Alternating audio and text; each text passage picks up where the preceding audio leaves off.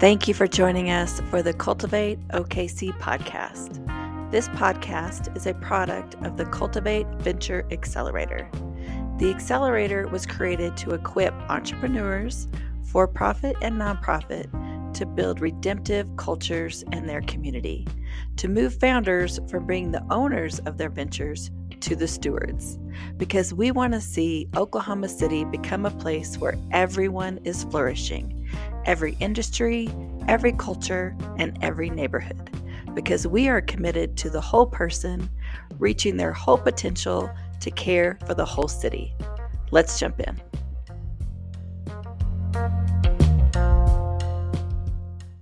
My name is Tracy Zerdin, and I am proud to be a part of the Cultivate team. I am also an entrepreneur myself. I am a co-founder of a SaaS platform that processes sponsorship requests for small to mid-sized businesses called Made Possible By. But when I was asked to join the Cultivate team, I jumped at the opportunity because I just love rubbing elbows with people who want to make a difference, who don't just want to make a buck, people who want to reach out to their community inside their four walls, outside their four walls, and be part of changing the world. Speaking of world changing, my partner in crime today is Miss Shanita Jefferson. Hello, Miss Shanita. I'm so glad to be here. I love when you're around because your laugh makes me happy. I heard that, I think I sent you a text. I was somewhere and I heard somebody laugh and I had to stop and back up and go, is that Shanita? Because it sounded just like you. And I was happy to hear it, but then I was sad that it wasn't you. Well, there you go. Because you have a great laugh. So Shanita is the program director for Cultivate and for the larger Flourish community. She is also a prayer warrior, a mother of three, and she can sing the paint off the walls. Can she not, Kyle? Can she not sing the paint off the walls? Preach. Oh, it's your birthday. And I know it's not like normal to sing happy birthday to yourself, but Kyle and I could not do it in any way that do it justice. So you got to do the fun version, happy birthday for us. Can you do that? Happy birthday to me. Happy birthday to me. Happy birthday. Love it. I love it. Oh my gosh. I wish I could sing like that. People run screaming when I do those kind of things, so I'm not going to do that. So joining us today is Mr. Kyle Bagley, and he is part of cohort 3. And Kyle is one of the funniest humans you will ever meet. And Kyle has created a SaaS platform. He's my SaaS brother. That is solving employee turnover by creating value for each employee. So we all know that people do their best work when they feel valued and have a sense of belonging. With the CAREit that Kyle has created, CAREit, an employee can see that their employer has skin in the game and is willing to help them reach their personal goals. He and his wife, Allison, have a 2-year-old daughter named Selah and another one on the way, right? In March?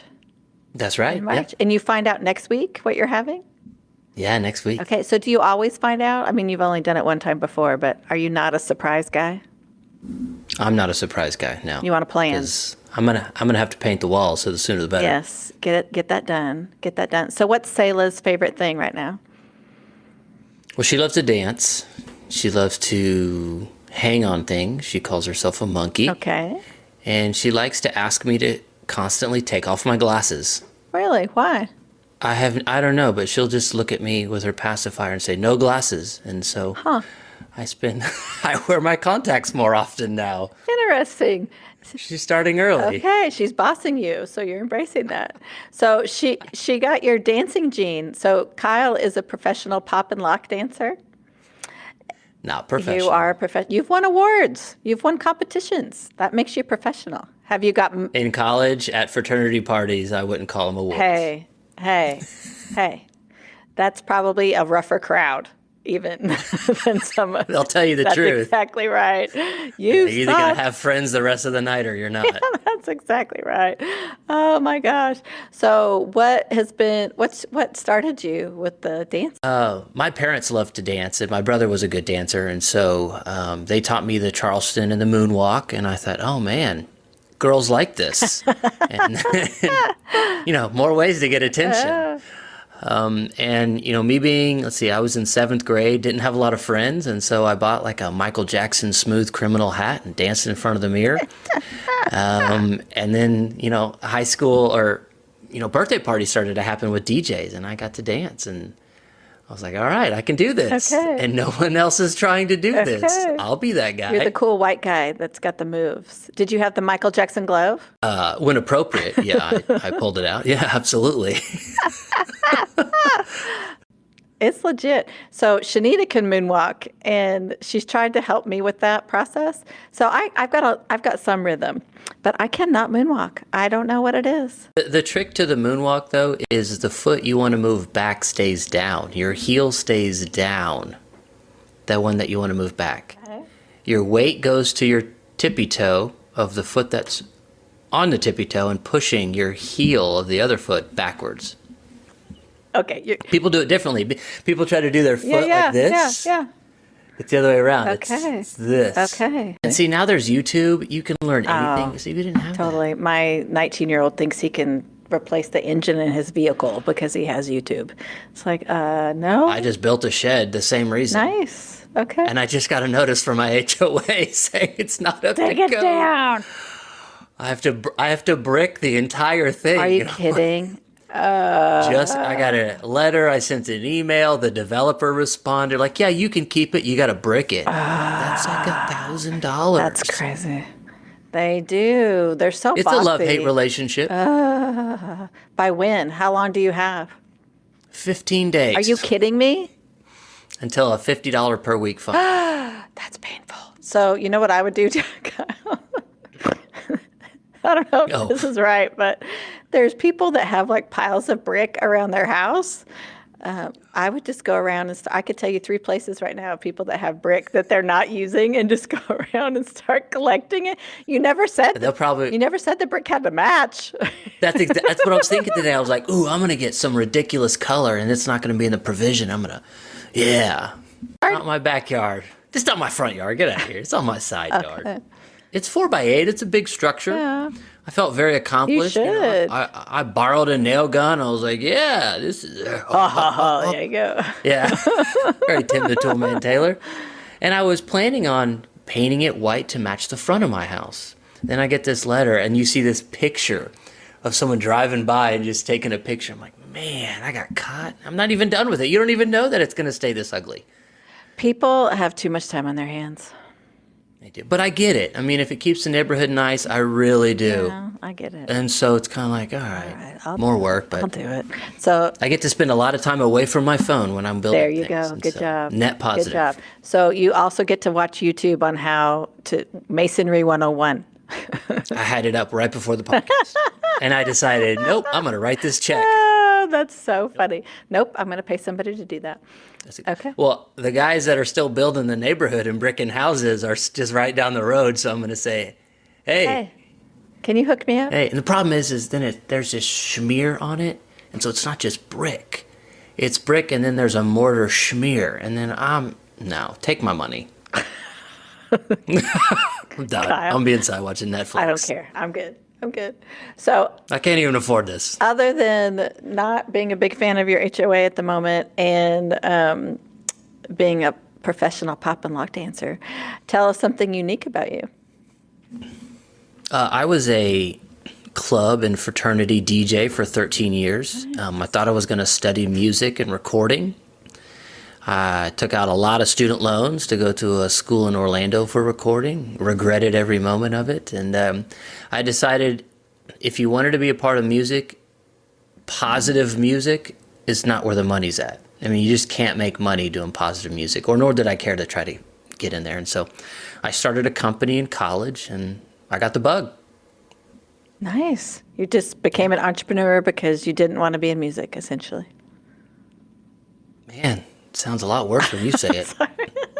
I'll stick to the stories. You just go. You tell the stories. You make them sound sexier than I could, though. That's good. That's right. That's good. Oh, gosh. A bit of a backstory. I own another software company that does online ordering for restaurants. And there was a big boom during COVID, and then things started to plateau and then dip fairly significantly with some of my clients. And so I called them and I asked them what was going on, and they said that they turned off their online ordering system because they wanted to cater to the people willing to walk in the door. And I said, all right, that's fine. And then they said, and we also just can't keep people. We can't keep labor. And so businesses have always been my side hustle. I've always had a corporate job while doing the side hustle. And I've always had these benefits that vest or kind of unlock over time. And so the more I work, the more opportunity I have to earn more money, stock, etc. And when I was thinking about the problem for hourly workers, or frontline workers is what they call it, I thought, why don't they have any sort of benefits that vest or unlock over time, incentivizing them to stick around? And then I thought how much I loved using my Southwest credit card. I love the points. I'll use it over using my debit card every day and every opportunity I can get. And so I thought, well, why not combine the earning points type of psychology with the vesting benefits where the employer has the opportunity to get a stable worker willing to stick around, and the employee gets this bonus structure just from an app. And it was born. I had a few calls with some people who were working in industries with hourly workers, and they said, yeah, that sounds cool. So I started building it. And then I started pitching it.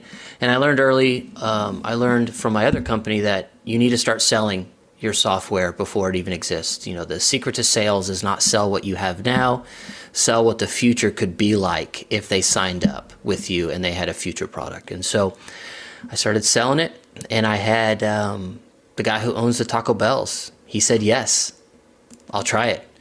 And the industry is hemorrhaging at this point. And so I wanted to find people who were hurting so bad they were willing to try things. And, you know, you kiss enough frogs, you're going to find your princess. Even at Taco Bell. Even at Taco Bell. You know, I get to eat the food Ooh. in the bathroom and solve employee retention. Why in the bathroom? Oh, it goes right through you, Tracy. Don't act dumb. No, I'm just trying to clear. No, I seriously, I never eat at Taco Bell. My oldest, Yeah, me neither. My oldest loves Taco Bell.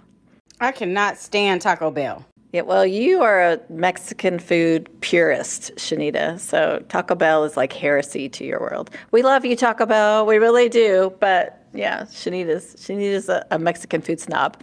So there you go. And then, so CAREit, explain how, because people can't see your logo. You can see it below in the link, but. Oh, the name. Well, I was trying to think of, you know, words that can kind of summarize what I was trying to do. You know, all your best ideas happen in the shower. And so it really just kind of came to me, you know, I want people to care. The goal is providing a tool so employers can showcase how much they care. Mm-hmm. The problem is not that they don't care, it's just they don't have the time or tools to show it. Mm-hmm. And so I just thought, well, I want my employers to be able to care for employees, and a carrot with the carrot and stick analogy.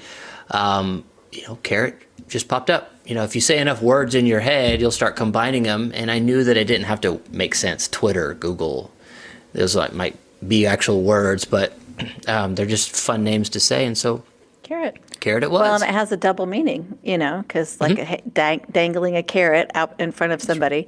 Because you give us the statistic that if people stay for 90 days, they'll typically stay for a year. Is that right? Is that what it is?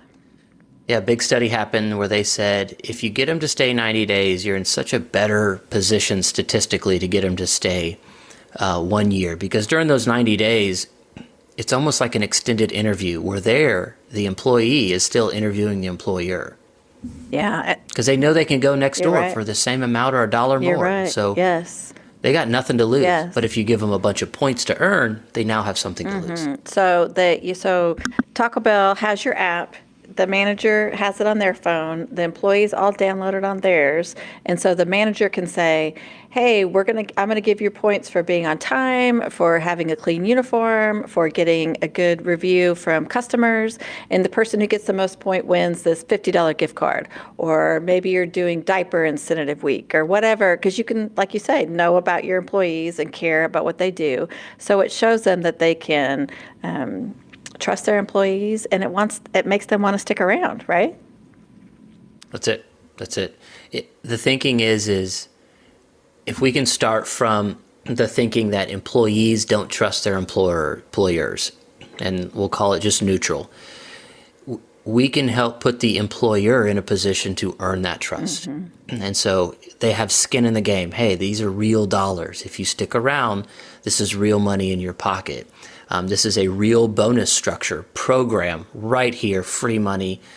You can earn it with manual ways, just like you said, from the manager, or we can set it up with business insights where you hit your sales goals each day, everyone gets 1,000 points. You hit your speed of service through the drive-through, everyone gets 1,000 points. And so between the automated means of point distribution or manual ways, the opportunity is really endless on how they can earn points. And so you also said that so they can't, there's no texting within there. There's not any communications, which is good because we don't need more of that happening.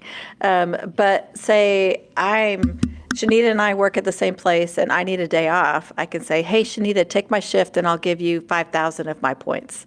That can happen inside the app? Yeah, so we built a shift marketplace where employees, just within themselves, they can post a shift. And in order to be more incentivizing for their coworker to pick it up, they can offer some of their points. And so points become currency within our ecosystem. So if no one's biting at 100 points to pick up your shift and you really need it off, maybe bump it to 500 or 1,000. There's this supply and demand. Again, we've created this ecosystem where points can be spent and points can be earned. And didn't you say it costs an employer around $5,000 to replace an employee? And who was it that you said that their turnover rate was like over 100%? So let me make 2 points to that. Wingstop's turnover is 150. I had a call How is today. that possible? Pitch. They have 2,000 employees. They rehire 3,000 a year. I had a call today with a burger joint on the East Coast that's part of a 400 location company. Nice. Their turnover is 250. Oh my word. It is mind-blowing. They are searching for an answer. And so, one of the reasons why I am so adamant, in getting funding so fast is I need to strike while the iron's hot. I need the funds to be able to saturate the market, let people know, hey, there are different options. I actually just got my provisional patent Yay. all finished up. And so I'm really trying to prepare the company for, rocket fuel hopefully when I do land it soon. Oh, it's going to happen. It's going to happen because you're meeting a need. I mean, that's the key behind any successful widget is you got to meet that niche and you're going to do that. That's great. But it's exciting to hear. I had a call with a 40-year veteran at McDonald's, and it's exciting to hear that he says, this is different. I'm willing to try it. Okay. Being an entrepreneur is nothing but peaks and valleys. You don't live anywhere in between, not even on the weekends, and it's either going great or everything is crumbling. Mm-hmm. And it's nice to get those boosts of confidence from people who are hearing it for the first time, who are in an industry and feeling the pain. Well, and 40 years with McDonald's, I can't even imagine how much turnover he's seen over the years. I mean, that's crazy. And kudos to him for staying at any job for 40 years, let alone McDonald's. Wow. Yeah. That's a big deal. Okay, so Kyle, we are over halfway through with cohort 3 with Cultivate. We only have 2 more sessions, which is hard to believe, Shanita. Isn't that crazy? But once you're in, you're always in. So we continue to hang out afterwards. We just don't get to see you as often, unfortunately. But can you share with us a benefit that you've seen or a highlight or a mentor that you just absolutely loved? What would you tell people about Cultivate?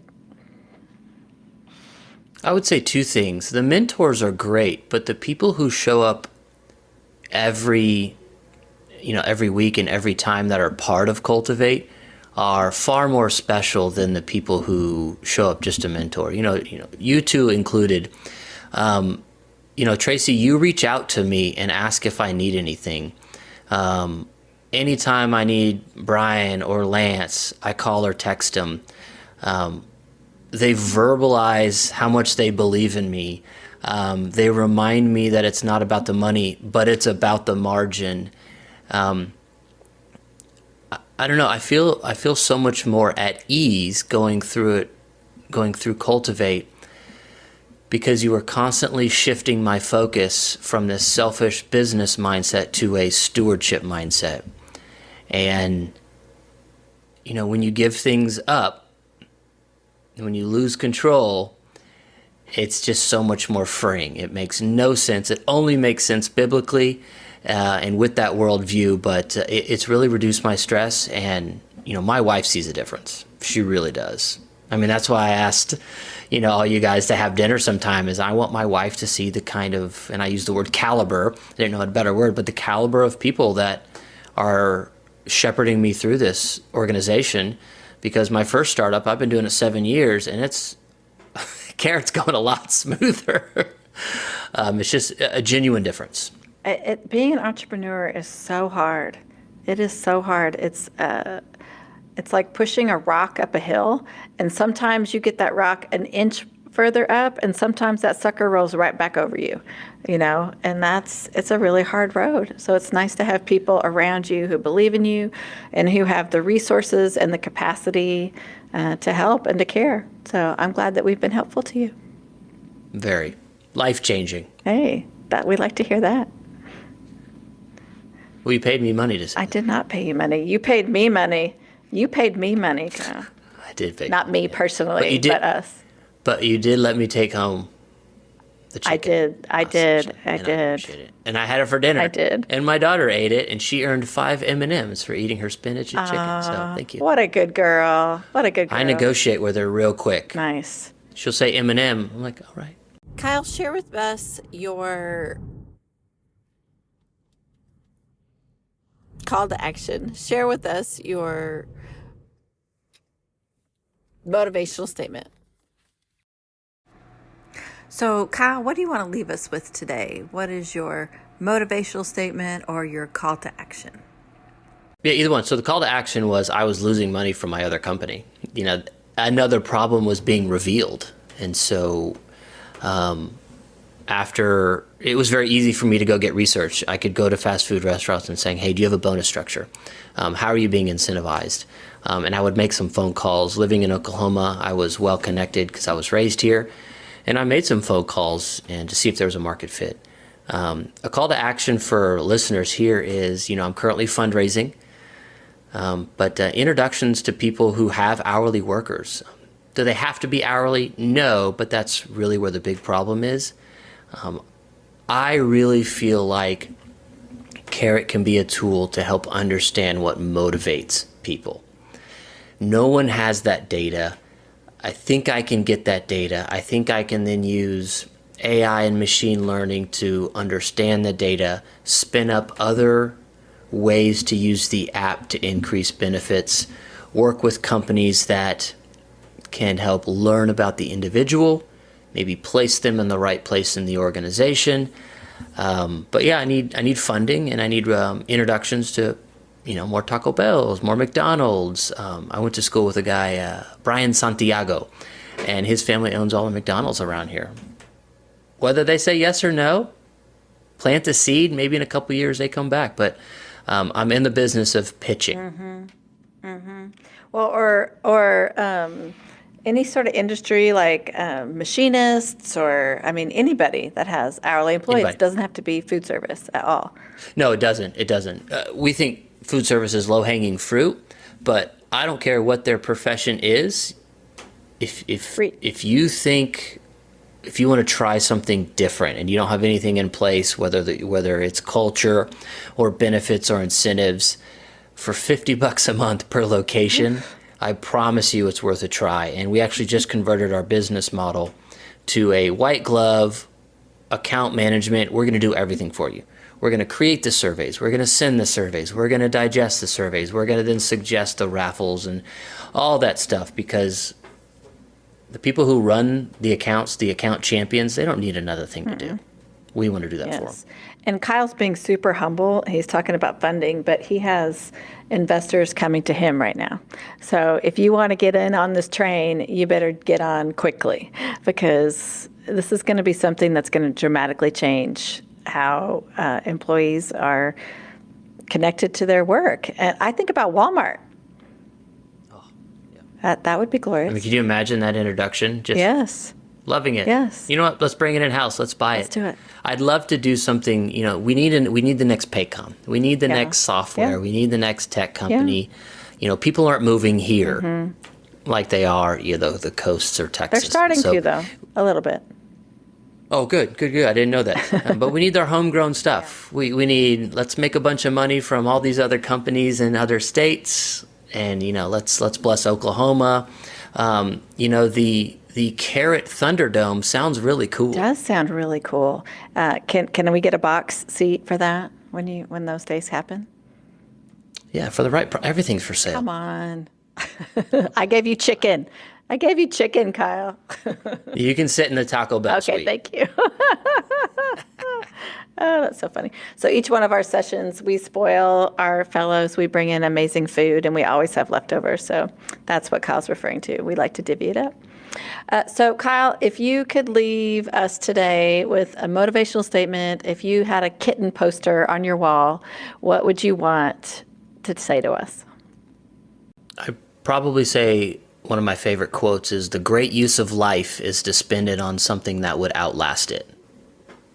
Say that one more time. That's a drop the mic. The great use of life is to spend it on something that will outlast it. Nice. And where did you come up with that? Oh, I read it somewhere. You read a book? Maybe Oswald Chambers. Of course I read a book. Look, just because I haven't read the material for the cohort. I'm just teasing you. mean- I'm just teasing you. I just want you to know your books look beautiful on my bookshelf. They do look beautiful. They even look better So- when they're cracked open a little bit. So No, then you're going to ruin No, them and bend the pages, There's- Tracy. You can only ruin a book by never reading it. No, if I burn it. Okay, that's true. Okay. Yeah. Anyhow, you read it somewhere. Go ahead. Sorry. Yeah. I just always thought that was such a wonderful saying. And my dad always told me, better to keep your mouth shut and be thought a fool than to open your mouth and remove all doubt. Oh, you're so right. Preach. I'm such a fool. I need to hear that statement more. I do. It's so true. It is so true. So, well, Kyle, thank you for taking the time today. I appreciate you doing Thanks that. for having me. And Shanita, thank you for being my guy in the chair today. Thank you so much for allowing me to be on this podcast with you guys. I just really appreciate that. Listeners, thank you for joining us today. If you're sitting here listening to us and you're a founder of a for-profit or a nonprofit and you need help, you need somebody to circle the wagons around you and help you with your leadership, help you with your processes, with scaling, or you just feel like you need some support. Cohort 4 will kick off in February, and you can go to the link below to get more information, or you could go to our website at www.cultivate.city. We would love to have you because we are all about creating these little pockets of heaven all over Oklahoma City that are changing the culture so where everyone can flourish.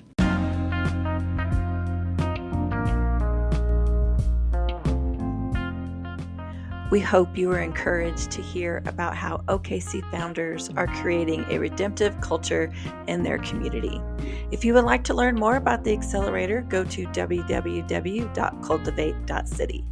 Don't forget to hit that subscribe button. We will catch you next time, and thank you for listening.